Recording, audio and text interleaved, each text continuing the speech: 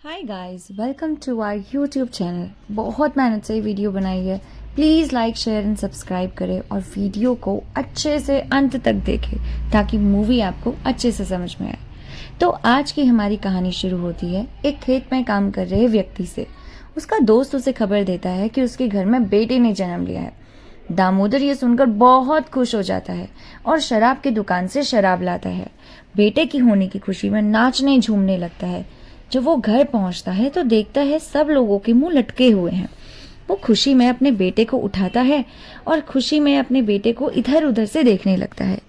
कुछ देर बाद देखने के बाद उसे समझ में आता है कि उसका बेटा दृष्टिहीन है। वहां बैठे सभी लोग दामोदर को समझाते हैं कि अब उस बच्चे को भगवान के पास ही वापस भेज दो, क्योंकि इस दुनिया में दृष्टिहीन लोगों का काम केवल भीख मांगना है। दामोदर उनकी बातों में आकर बच्चे को उठाकर ले जाता है और अपने खेत में गड्ढा करके उसे गड्ढे के अंदर दफनाने लगता है। तभी वहां पर दामोदर की माँ आ जाती है और वह कहती है कि हम इस बच्चे का नाम श्रीशांत रखेंगे, जो कि इंडियन क्रिकेटर का नाम है और ये भी क्रिकेट खेलेगा। दामोदर कहता है कि भविष्य में सब इसका मजाक बनाएंगे और ये मैं बर्दाश्त नहीं कर पाऊंगा। लेकिन बच्चे की माँ कहती है कि नहीं, हम इसे देख लेंगे। तो माँ की ममता के सामने दुनिया की फिक्र से दामोदर जीत जाता है और वो अपने बेटे को स्वीकार कर लेता है। अगले सीन में दिखाया जाता है कि श्रीशांत एक बहुत ही तेज बच्चा बनता है और हर एक एक्टिविटी में सबसे आगे निकल जाता है। एक बार स्कूल में टीचर बच्चों से सवाल करते हैं जिसका उत्तर श्रीशांत दे देता है। वहां पर टीचर बच्चों को डांट देते हैं। इस वजह से वहां पर प्रेजेंट कुछ बच्चे उससे चिढ़ जाते हैं। उन्हीं में से एक महेश होता है जो आगे उसे क्रिकेट खेलने के लिए पूछता है। श्रीशांत को क्रिकेट में बहुत दिलचस्पी थी। वह बहुत खुशी से हामी भरता है। क्रिकेट खेलते समय महेश बॉल को श्रीशांत के कान पर मार देता है और उसे कुछ चिल्लड़ दे देता है और कहता है कि तुम अंधों का काम सिर्फ भीख मांगना है।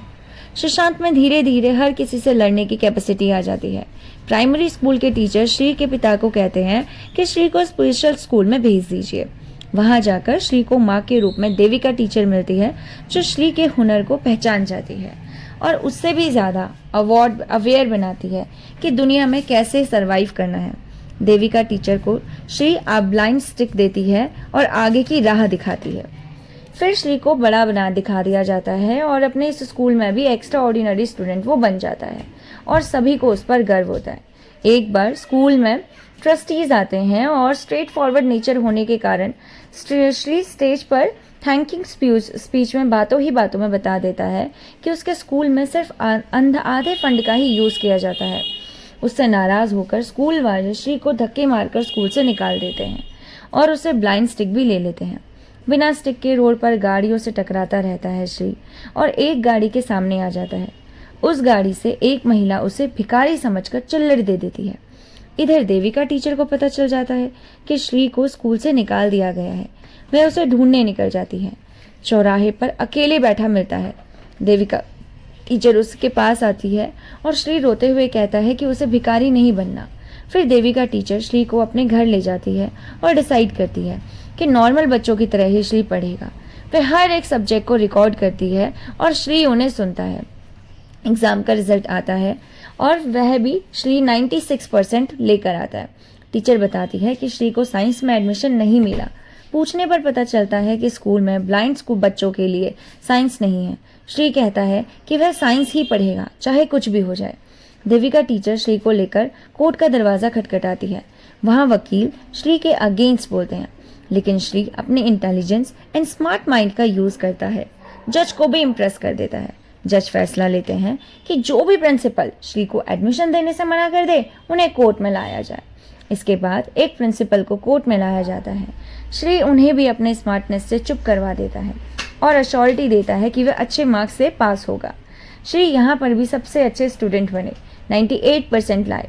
वहाँ पर वे क्रिकेट भी खेलने लगे और उसमें भी अच्छा परफॉर्म करते रहे, क्योंकि उनके पापा चाहते थे कि श्री एक क्रिकेटर बने।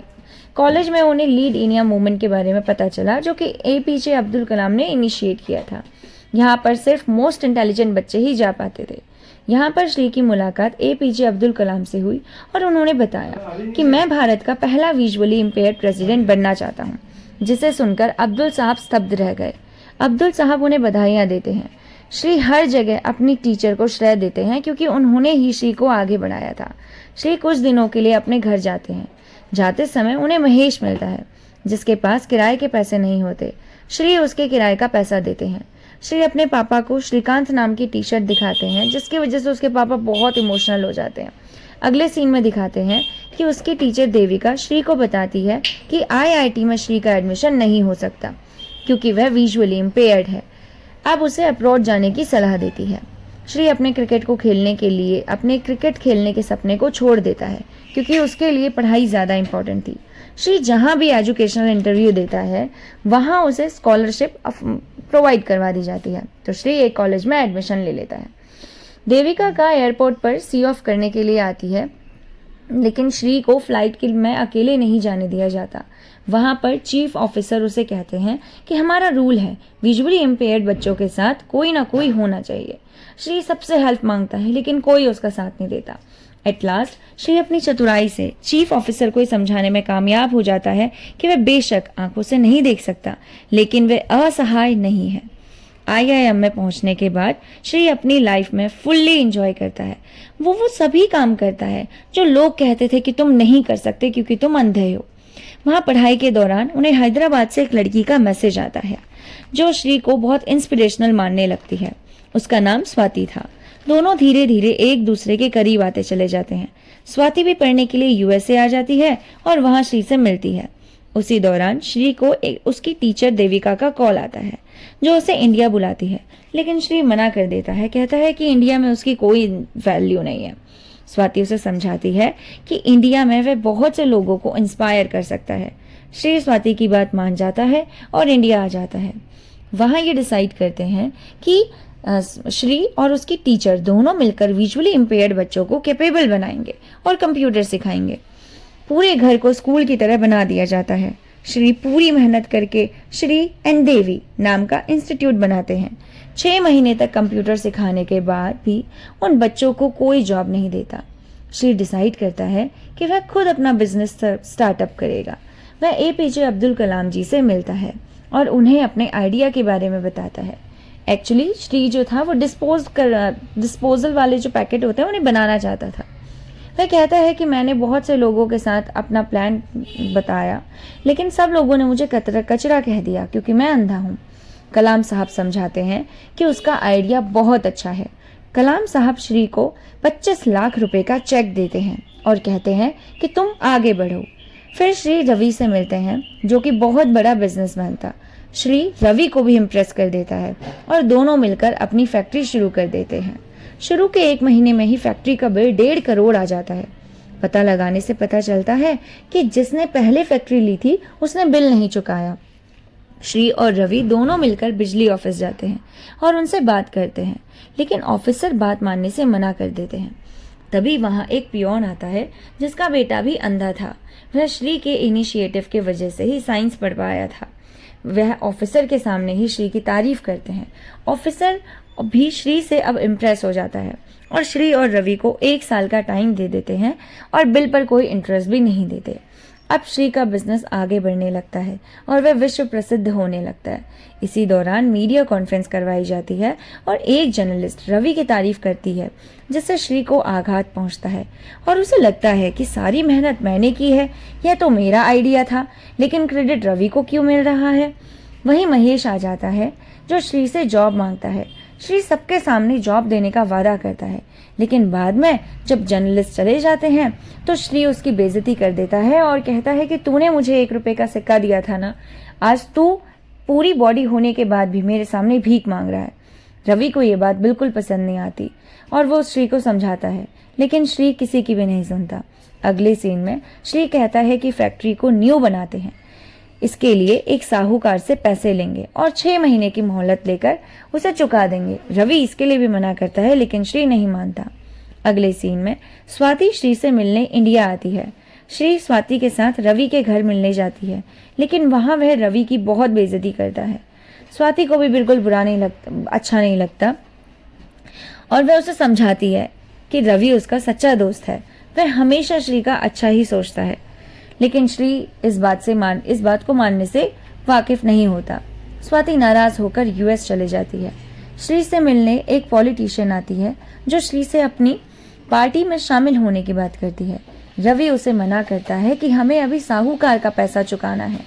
वह बार बार फोन कर रहा है, लेकिन श्री घमंड में आकर ना तो साहूकार से बात करता है, ना ही रवि की बात मानता है। रवि देविका को बताता है कि वह उस तरह का नहीं रहा जिस तरह का वह था। तब श्री को विजुअली इम्पेयर्ड स्टार्टअप अवार्ड के लिए नॉमिनेट किया जाता है। अगले सीन में दिखाते हैं कि श्री पॉलिटिशियन के साथ रहने लगता है। तभी उसे साहूकार की फैक्ट्री आने का पता चलता है और वह पॉलिटिशियन से बोलकर साहूकार को पकड़वाने के लिए पुलिस भिजवा देता है। देविका श्री को समझाती है कि वह गलत फैसला ले रहा है और गलत राह पर निकल गया है।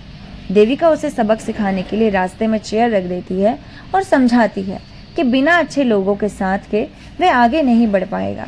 श्री पॉलिटिशियन से मिलने जाता है और पूछता है कि वह उसे अपनी पार्टी में क्यों रखना चाहती है, जिसका उत्तर वह देती है क्योंकि तुम अंधे हो और लोगों की सहानुभूति तुम्हारे साथ है, इसलिए हमें तुम्हारा साथ चाहिए।